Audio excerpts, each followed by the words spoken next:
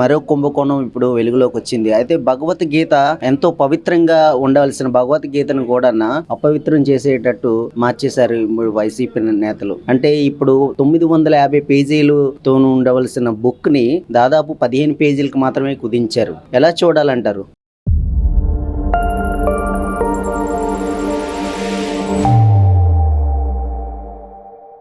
నిజంగా మనుషులతోటి ఆడుకొని అలసిపోయాడు మహానుభావుడు. అసలు ఈ జగన్ ఏమనుకుంటున్నాడో నాకు అర్థం కావట్లేదమ్మా. ఎందుకోసం అంటే ఇక చిన్న పెద్ద తారతమ్యం లేకుండా ప్రతి ఒక్కరికి కూడాను ఆయన చేసిన అన్యాయం, ఘోరాలు, దోపిడీలు అన్నీ కూడా ప్రజల మీద ఎంత భారం పడుతున్నదని ఆలోచించకుండా ఎన్నో రకాలుగా అడ్డదారులు వెళ్ళాడు. అది సరిపోదంటూ ఈరోజు దేవుడితో కూడా ఆడుకుంటున్నాడంటే రియల్ గా ఆయనకి ఏం చెప్పాలో నాకు అర్థం కావట్లేదు. మనిషి అన్న వాడికైతే మనం ఏమైనా చెప్తాం. 24 గంటలు గడ్డి తిని బ్రతికి డబ్బు డబ్బు డబ్బు అనే వ్యామోహంతో బతికిన ఇలాంటి సన్యాసిగాళ్ళకి ఏం చెప్పాలో నాకు అర్థం కావట్లేదమ్మా. ఎందుకంటే హిందూ మతము, క్రీస్తు మతము, అలాగే ముస్లిం మతము అన్నది ఈ రోజు వరకు కూడా అన్నదమ్ముడు అక్కజెల్లెల్లాగే బ్రతికారు. వాళ్ళు ఎప్పుడూ కూడా కుల తగాదాలన్నో ఈ ఆంధ్రప్రదేశ్లో అన్నవి లేవు ఎక్కడేం జరిగినా. కానీ ఈ మహానుభావుడు వచ్చిన తర్వాత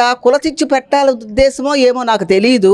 కానీ 700 శ్లోకాలు కలిగి 950 పేజీలు కలిగిన భగవద్గీతని ఈ రోజు 15 పేజీలకి అని అంటే అది ఏమైనా సరే సినిమా ఇదివరలో గతంలో చూడండి, సినిమా కొత్తగా రిలీజ్ అయితే చిన్న ఆ యొక్క సినిమా రీలు అన్ని కూడా కొద్దిగాను ఒక 4-5 పేజీల్లో రాసేసి ప్రింట్ చేసి ఫుట్పాత్ల మీద ఆటల మీద ఇసిరేసేవారు పబ్లిసిటీ కోసం జనాల మధ్యకి. అలాంటిది ఏదైనా అనుకున్నాడా ఏంటి?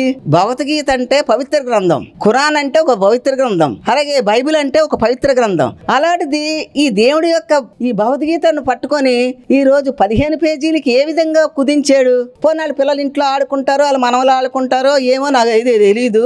ఎందుకంటే ఆయన ఒక సైకో కాబట్టి దేవుడితో కూడా ఆడుకుంటాడు. కానీ మరి ఈ యొక్క బుక్కులు ఆ యొక్క 15 పేజీల్లో కూడా తన సొంత దండకం ఏంటండి నాకు అర్థం కావట్లేదు. సొంత దండకం ఏంటి? జగన్ మాట తప్పడు, మడమ తిప్పడు. ఇది పబ్లిక్ లో చెప్పమానండి దమ్ము ధైర్యం ఉంటే. ఒక టూర్ కి పబ్లిక్ లో రావాలంటే 20-30 కోట్లు ఖర్చు పెడితే గానీ నువ్వు పబ్లిక్ లో రావట్లేదు. ఎందుకు? ఆ పబ్లిక్ లో రావడానికి ఎవరు ఇష్టపడట్లే. ఆ పబ్లిక్ నువ్వు డబ్బు ఇచ్చి కొనుక్కొని ఏంటి మనిషికి 1000-2000 ఇచ్చి ఆ మీటింగులకి లేకున్నట్టయితే ఆ పాదయాత్రలకి నువ్వు రప్పించుకుంటున్నావు. ఈ రోజు దేవుణ్ణి ఏ విధంగా అనుకున్నావు? నీ బాబు ఒకనాడు తిరుపతి కొండల్ని పట్టుకొని ఆడాడు ఒక ఆట. ఆ ఆటకి ఎండేంటన్నది మనోడితో చెప్పం. ఎందుకంటే పాపం అనుభవించినాడు నువ్వే. అందువల్ల ఏంటంటే ఒళ్ళు కాస్త దగ్గర పెట్టుకొని నడుచుకుంటే మంచిది. ఇంకో విషయం ఏంటంటే మొన్నటి వరకు కల్తీ నెయ్యితో చేసిన భగవంతుడి యొక్క ప్రసాదం అనుకొని భక్తులు ఎంతో ఆవేదన చెందారు. దాని మీద చంద్రబాబు నాయుడు గారు కూటమి ప్రభుత్వం కలిసి దాన్ని నిగ్గు తేల్చారు. దాన్ని కప్పిపుచ్చుకోవడానికి కోసమని ఏ కొత్త నాటకాలు ఆడుతున్నావు. కానీ ఒక్కటి గుర్తుపెట్టుకో జగన్మోహన్ రెడ్డి గారు, మీరు ఒక ex CM, that mean you are respected post. మీరు దాన్ని వదిలేసి చీప్ పాలిటిక్స్ ఆడటం అది మీకు తగదు. ముఖ్యంగా చంద్రబాబు నాయుడు గారు చేసే పనులకి మీరు అప్రిషియేట్ చెయ్యాలి. ఎందుకంటే గతంలో నీ తండ్రి గారు కొన్ని పథకాలు పెట్టారు, ఆరోగ్యశ్రీ ఇలాంటివి. అలాంటప్పుడు మా గవర్నమెంట్ లోని మేము గవర్నమెంట్ లో లేకపోయినా ప్రతిపక్షంలో ఉన్నా మేమెంతో కూడా ఆయనకి ఎంతో అప్రిషియేట్ చేసాం. ఎందుకోసం అంటే ప్రజలకు చేరవలసింది మంచి పని చేస్తే ఎవరైనా అప్రిషియేట్ చేస్తారు. కానీ నువ్వు చేసేదేంటి? 24 గంటలు కులాల మధ్యన చిచ్చు పెట్టాలనుకుంటున్నావు, మతాల మధ్యన చిచ్చు పెట్టాలనుకుంటున్నావు. ఇదిగో పనికిమాల కొంతమంది ఉన్నారు కదా మీ వెనకాతల పెద్ద నోరేసుకొని పడిపోతుంటారు కదా. ఆ వ్యక్తుల్ని ఏ విధంగా పోల్చాలో నాకైతే తెలియట్లేదు. అలాంటి వాళ్ళకి మీరు ఎక్కడ లేనిపోయినవన్నీ కూడా వాళ్ళకి చెప్పి ప్రజల మధ్యలో పంపి వాళ్ళకి ఏమైనా మీరు రెడ్డతివాసి వేసి నిలబెడతానన్నారో ఏమో మాకైతే తెలియదండి. తెలుగుదేశం పార్టీని భ్రష్టు పెట్టించాలని చూస్తే ఈసారి రావాల్సిన 11 సీట్లు కూడా మీకు రావు. నడి రోడ్డు మీద నిలబడతారు. ఇదే ప్రజలు మీకు సరైన గుణపాఠం చెప్తారని మీకు నేను తెలియజేసుకుంటున్నాను. ఇప్పటికే చూసుకున్నట్టయితే తిరుమల తిరుపతి దేవస్థానంలో అనేక రకాల అక్రమాలు జరిగాయి. అయితే దీన్ని కప్పిపుచ్చుకునే ప్రయత్నంగా ఇప్పుడు బిఆర్ నాయుడు గారి మీద ఏ వీడియోలు రిలీజ్ చేస్తూ వైసీపీ సోషల్ మీడియాలో హల్చల్ చేస్తూ ఉన్నారు. అసలు ఇప్పుడు రియల్ వీడియో అంటారా, ఫేక్ వీడియో అంటారా మరి బిఆర్ నాయుడు గారు? ఏమండి, చంద్రుడి మీద ఉమ్ము వేస్తే వాళ్ళ మొహం మీదే పడుతుంది అని ఒక సామెత ఉంది. ఇలాగా స్వచ్ఛందంగా పని చేసిన వాళ్ళ మీద మాత్రం ఇలాగా ఈ నాయుడు గారు అవనియండి, చంద్రబాబు నాయుడు గారు అవనివ్వండి, లేదన్నట్టయితే నారా లోకేష్ గారు అవనియండి, ఇలాంటి వాళ్ళ మీద కావాలని ఏదైనా సరే బురద జల్లితే ఆ బురద వాళ్ళ మీదే పడుతుంది. అది గ్రహించుకుంటే మంచిది. ఏంటి ఎన్ని చేసావు? తిరుపతి దేవస్థానాన్ని అడ్డం పెట్టుకొని ఎంత సంపాదించావు, ఎన్ని కోట్లు సంపాదించావు లెక్క తేల్చమంటారా? మీకు తెలుసు కదా ఎన్ని కోట్లు సంపాదించారో. వ్యానన్లేసి డబ్బు పంపించారే, షిప్పుల్లేసి పంపించారే, మర్చిపోయారా? లండన్ లో ఎక్కడ దాశారు మీ సొమ్మంతా?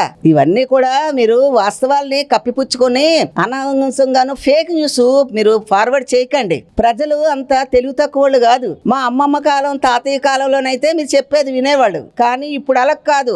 యూత్ నంబర్ 1 స్థానంలో ఉన్నారు. వాళ్ళందరూ కూడాను ముందుకెళ్ళిపోతున్నారు. మీలాటోళ్ళు చేసినవన్నీ కూడా బట్టబయలు చేస్తున్నారు. తిరుమల తిరుపతి దేవస్థానంలోని భగవద్గీత 950 పేజీలతో కూడినటువంటి భగవద్గీతని దాదాపు 15 పేజీలకు మాత్రమే కుదించి 700 శ్లోకాలతో ఉండవలసిన భగవద్గీత కనీసం 15 పేజీలకు మాత్రమే పరిమితం చేశారు గత వైసీపీ ప్రభుత్వంలోని. మరి ఇప్పుడు ఒక హిందూగా హిందూ మనోభావాలు దెబ్బతీసినట్టే అంటారా? మరి ఆయన ఒక క్రిస్టియన్ కాబట్టి ఆయన ఈ రోజు మరి పుస్తకాన్ని అలా మార్చి రాయించి 15 పేజీలు చేయించారంటే ఆ 15 పేజీలో కూడా ఆయన గొప్పతనం పేజీలే రాయించుకున్నారు. తిరుమలలోని ప్రతి అడుగు కూడా అది దేవుడిది అని చెప్పి ప్రతిది కూడా ఒంగు అని దండం పెడతాం, ఎక్కడ పడితే అక్కడ దండాలు పెట్టుకునేది బోల్డ్ ఉన్నాయి. అలాంటివన్నీ రాసుకున్నా బాగున్నాం. చంద్రబాబు నాయుడు గారి హయాంలో కానీ, ఎన్టీ రామారావు గారి హయాంలో కానీ మరి అన్నదానం అనేది చాలా ముఖ్యమైనది. అలాంటి కార్యక్రమాలు రాసుకున్న ఈ రోజు నేటి నాయకుడు ఈ రోజు మరి అందరూ కూడా 11 సీట్లు ఇచ్చి 11 సీట్లు సీఎం అన్న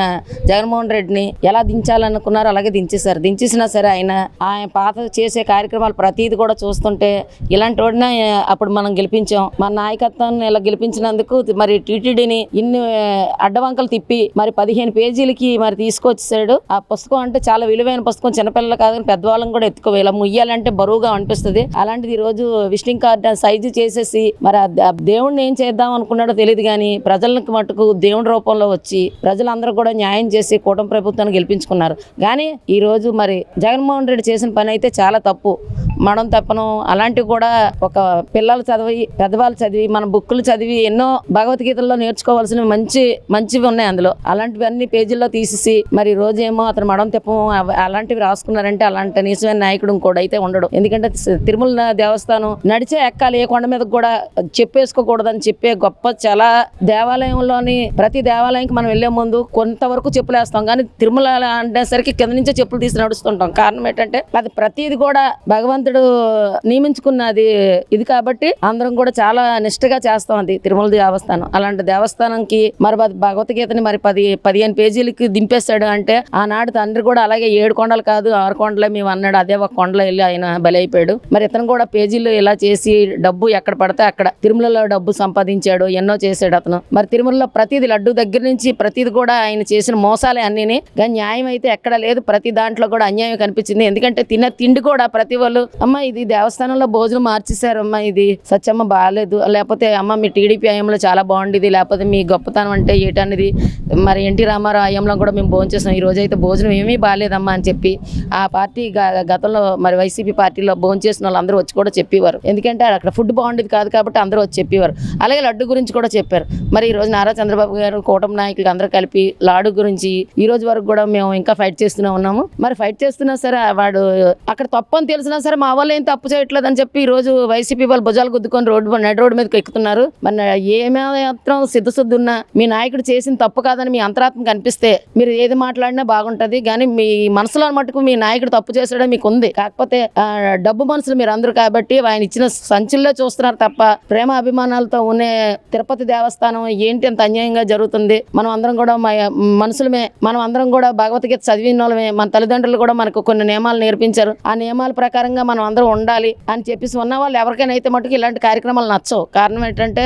దేవుణ్ణి ఎంతో చిత్తశుద్ధితో వెళ్తుంటారు. అమ్మ ఎప్పుడు చూస్తామా వెంకటరామూర్తిని అని. ఆ ఉన్న 5 నిమిషాలు కూడా ఎంతో అభిమానంగా ప్రేమగా మనం కాళ్ళు నొప్పులు వచ్చినా సరే పట్టించుకోకుండా వెళ్ళి దేవుణ్ణి చూస్తుంటాం. అలాంటి టికెట్లు కూడా రేట్లు అమ్మేసుకొని దేవస్థానం వచ్చిన వాళ్ళు కూడా చాలా ఇబ్బందులు పెట్టి చాలా బాధలు పెట్టారు దేవస్థానంలో వాళ్ళు ఉన్న వాళ్ళు. ఎందుకంటే ఆయన ఒక క్రిస్టియన్ కాబట్టి మనం ఇచ్చిన తీర్థం కూడా ఆయన వంపేసారు, మనం ఇచ్చిన ప్రసాదం కూడా పారేసిన రోజులు ఉన్నాయి. అలాంటి నాయకులు మళ్ళీ మనం తీసుకొచ్చి మళ్ళీ పాత తప్పులు చేసి మన ప్రభుత్వాలు పాడు చేసుకోకూడదని నేనైతే కోరుకుంటున్నాను. అంటే ఇప్పటికే బిఆర్ నాయుడు గారి మీద అనేక రకాలుగా విమర్శలు కూడా చేస్తూ ఉన్నారు. అంటే వైసీపీ సోషల్ మీడియాలో ఏఐ వీడియోలు రిలీజ్ చేస్తూ ఆయన్ని ఇబ్బంది పెట్టే విధంగా కనిపిస్తూ ఉంది. ఎలా చూడాలంటారు? ఆయన తప్పే చేస్తారో లేదనేది భగవంతుడు తెలియాలి, ఆయన అంతరాత్మ తెలియాలి. మనం అందరం కూడా చేయలేదని కొంతమంది అంటారు, కొంతమంది చేశారని కొంతమంది అంటారు. కానీ నీతి అనేది ఎప్పుడు కూడా ఎవరు కూడా తీస్తే పోదు. నీతిగా ఆయన పనిచేస్తుంటే ఆ నీతి ఆయన కాపాడుతుంది. అంటే ఇప్పుడు మీరు ఆ వీడియోని చూస్తూ ఉంటారు కదా, ఏ వీడియో అనుకుంటున్నారా లేదంటే రియల్ వీడియో అనుకుంటున్నారా? అది వాస్తవంగా